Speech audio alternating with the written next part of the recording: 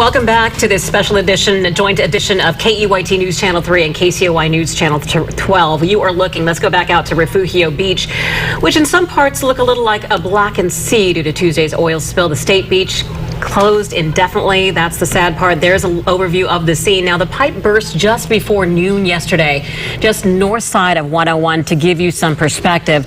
About a quarter mile from the freeway, crews were able to stop the source of the spill right around 3 o'clock. But by then, much of the damage was already done. News Channel 3 Senator De Los Santos joins us live. And Senator, volunteers are stepping in and organizing their own cleanup. Well, CJ, hazmat crews didn't get on shore until this afternoon. But before that, it was local volunteers who spent their morning doing what they could to clean up the mess.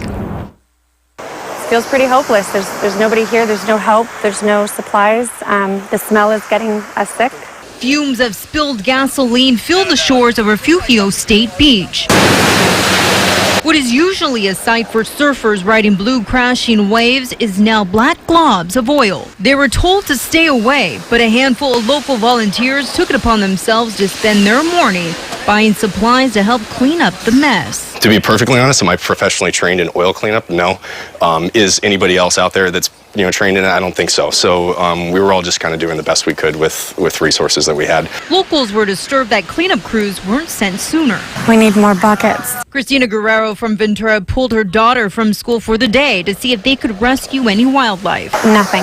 It's too late. Everything that we found is already dead, deceased. There's nothing. So we decided to grab a shovel and start moving some of this oil. Volunteers shoveled oil out of sea and off the sand and into buckets donated by Home Depot. It was devastating. It was heartbreaking that there was nobody here to help. There's nothing. And we've been here all morning. These guys are my heroes. They've been breaking their backs trying to get this oil off the beach. Authorities trying to keep the public off the beach because oil is considered hazardous. This is toxic material and we want people to stay off the beaches. We're not actively arresting anyone, but we really want the public to cooperate. So they told us to call a number to have a volunteer release. We called that number and they said they weren't accepting any volunteers right now. We all decided collectively that it was worth a parking ticket or our cars being towed. Caltrans is moving or not allowing us to park here. They said we'd get tickets. I said, go right ahead, but we weren't leaving. We're here to help.